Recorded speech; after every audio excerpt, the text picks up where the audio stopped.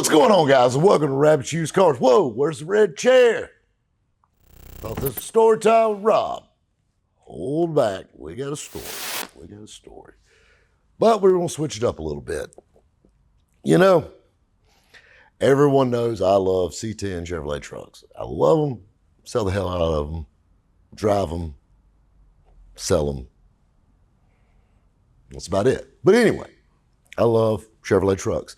And, of course, we had, the square bodies getting popular. We've had several of those through. And the OBSs are getting popular. We've had several of those through. Matter of fact, just sold one yesterday. And the OBS trucks are getting extremely popular. They're the new classics.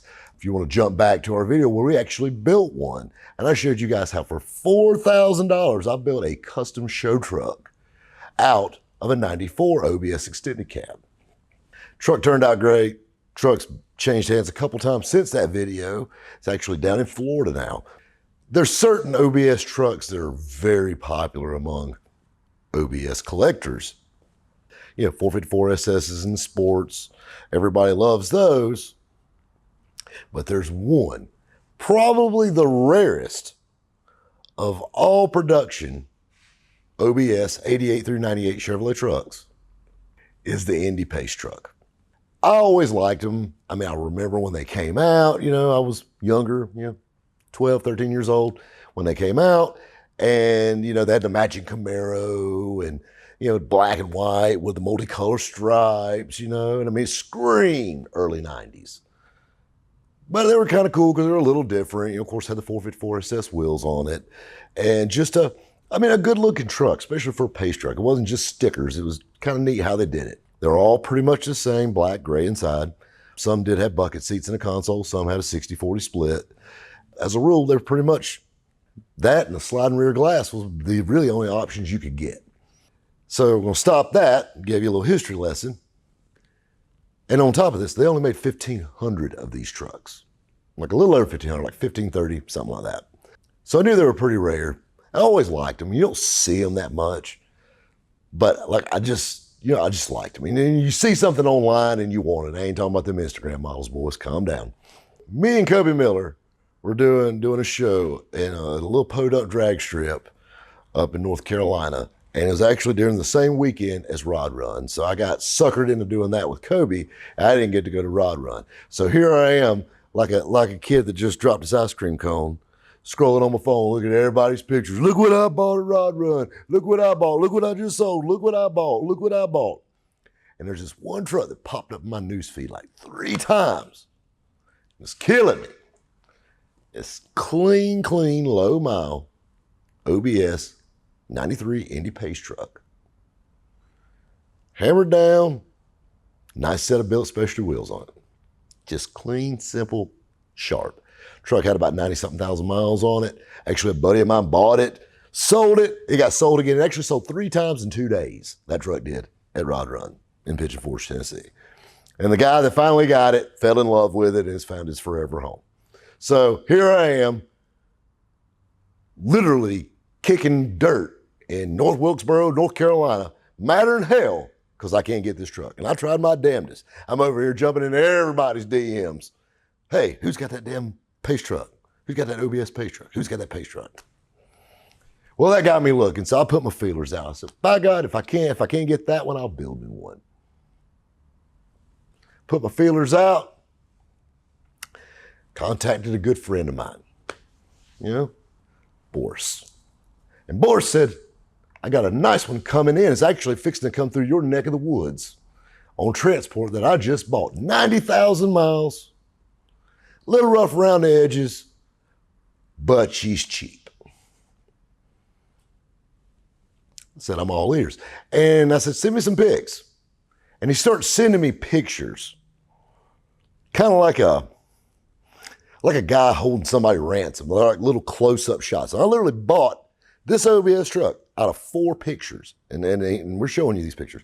These 4 pictures is what I saw, and I had to yay or nay it right there because it literally was coming through town, headed to Ohio. I'll take it. He says, good. He said, hey, Scott's place. Scott's a mutual friend of ours. He said, I'll just tell the driver, just unload it at Scott's. Perfect. So, hell, I bust ass across town to my buddy Scott's house. Hell, while I'm over there waiting on transport to get in there, hell, I bought a truck from Scott sitting there. And, bought a couple sets of wheels. And, and Scott's got a little hot rod shop, and he's got all kinds of cool stuff going on. Me and him just shooting shit. And here comes, well, I guess I better show you what I got. Kind of playing Russian roulette, so to speak, what it got me. Hell, come on, I'll just show you. All right, so guys, we're moving around here. This is a 93 Indy Pace truck. And as you can see, it's nasty. I've actually been driving this thing. This truck hits the road like a dream. It runs and drives out good, but it is very rough around the edges. Of course, all the factory Indy decals on it and all that stuff. And these trucks, and it's actually got a few extra decals for some reason why somebody felt like they need to vandalize it with tacky ass pinstripes. But anyway, you start looking at it, you're like, man, Rob, what's so special about it? Well, this is the thing. This is a 2-owner, 90,000 mile truck. This truck's a 93 model. This truck's 27 years old. Rust free, straight old truck, not really beat up, no door dings, no nothing like that. Check out the inside of it. Pretty clean inside, needs a little detail, need to get my seat guy in there a little bit. But all in all, super nice. Nice jams. And the big thing now, it makes me feel old. You got to look for rust in a 93 model truck now, which is insane. Like you're looking at an old truck now. Look at cab corners, rockers, things of that nature. Bottom of the doors are notorious for rust now, right here at the bottom of the doors. There's so many cool things about these trucks. They got the 454 SS little sport mirrors on them, all the monochromatic stuff. They actually got, here's a little pop quiz for you on this front bumper on these trucks. And you can't buy these bumpers anymore. So if you see one sitting around a swap meet for 25 bucks, buy it. I promise you can make you a couple hundred real quick because they are sought after. This is the same bumper they used, of course, on the 93 Indy Pace truck, but it's also the same bumper they used on the 3/4 ton and 1 ton 6.5 diesel Chevrolet trucks of the same era. So it's kind of a neat little tidbit. Of course, spoilers missing off of it. Some old man probably tore that off. But you get to looking at it, and you see all these tacky stripes. And the paint is actually filthy, but the paint's decent. Being a used car man, I can instantly tell that we have a little issue right here. You can tell where the paint's been broke. And it looks like, got a little fender bender. You can tell the bumper's been painted on it. And this is a dead giveaway. All that stuff's loose. I'm sure old Pawpaw's done hit something and it sure as hell wasn't the lottery. What do you do with a truck like this? At the end of the day, I give this truck on a scale of 1 to 10, I give it a 6. What do you do with it? What do you do with it? Do I cut my losses? I can dump my money on it right now. Or do I fix it and make my dream Indy Pace truck? And I show you guys how you can pick up a little diamond in the rough and make some money with it. That's the difference between me and different used car dealers and flippers and things like that. I'm not scared to spend money on a car to make it nice. And that's the thing at the end of the day. I love selling things that I like driving and that I'd be proud to drive. And I'm not saying I'm not too good to drive this. I'd rock shit out of it, scare my neighbors with it right now.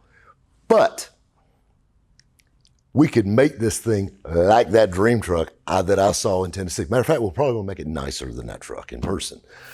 So, well, how are you going to do that? Well, there's several ways you can approach this. Like I said before, that right front fender definitely has had some paint work done on it. The grill's broke on the backside. Headlights are fogged up. Typical 90s GM junk. This is all inexpensive things. Obviously it does have a new fender on it, but the paint, you can see where they didn't do a really good job of breaking the paint line on it, where they fixed it. You can buy these grills, the actual correct GM grills, fairly inexpensive for them.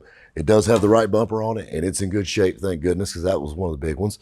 Hood's nice on it, all that stuff. All the gaps are nice on it, so it wasn't any frame damage or anything like that. And of course, we pulled the Carfax on it. The Carfax is good. This is what I'm thinking. All new lights. We're going to peel all these decals off. We're going to water sand, strip this truck down, tear it apart, pull all the dew wipers off. You're going to say, dew wiper? That's a Southern thing, and I don't know the correct thing, but I built a lot of Chevrolet trucks, and everybody I ever know always called them dew wipers. But these right here, these window felts right here that clean the dew off your windows in the morning when you roll your windows down, or windows down. We'll put fresh dew wipers on it, and that really freshens the truck up. All new lights. And the thing that's crazy is you can buy the correct lights for it. And they're aftermarket, obviously, but you can buy the correct lights for this truck. Every light on this truck, tail lights, marker lights, headlights, running lights, everything for about 120 bucks.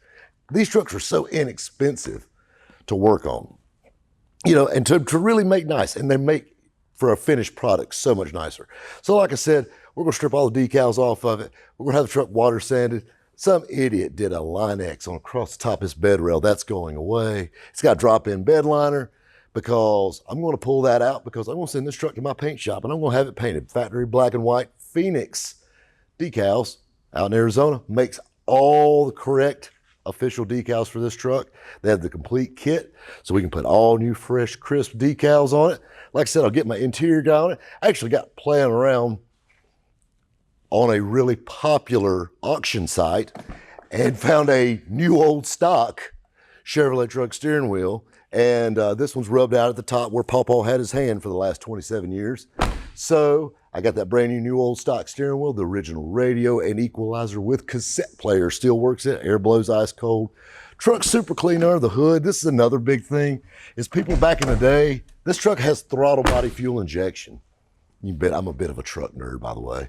So, and everybody used to do this back in the day. They'd put a chrome air cleaner, like you go get it at AutoZone, they'd put a chrome air cleaner on and throw all this crap away. And you get, it'd work like a carburetor still, so you can put like a carburetor style chrome air cleaner on it. I love that it's got all the original plastics on it. It hasn't been messed with. This truck don't have a Flowmaster on it, ain't got a glass pack, it's factory exhaust. It's just bone stock original. Even the hood light works, just kind of nice. But I think we do that, and then you're like, well, okay, we made the truck pretty, but now we got to make the truck cool. Well, how do you do that? Well, look how it's sitting right now on its factory Chevy Sport wheels. They're cool. It's a neat look. Not my bag. You know how I like them? 5.7 drop, face down, ass up. Here in South Carolina, that's the way we like the truck. And then we got to have some rolling stock. I can't be rolling around on these nice chrome wheels. We're going to actually put a nice set of 20-inch billets on it. They're already here for it. Got a, like I said, we got the nice lowering kit for it, do a flip kit in the back, spindles and springs in the front, C-notch. That way the truck will be sitting right. Roll on a nice set of billet wheels, fresh paint, fresh decals, fresh lights, fresh window trims, and the inside of the bed's going to get painted body color, so it'll be all slick and pretty inside the bed with no bed liner. The 90s were notorious for drop-in bed liners. And then I know what you're saying. Well, Rob, you're going to spend a ton of money on this old Pawpaw truck. Yes and no.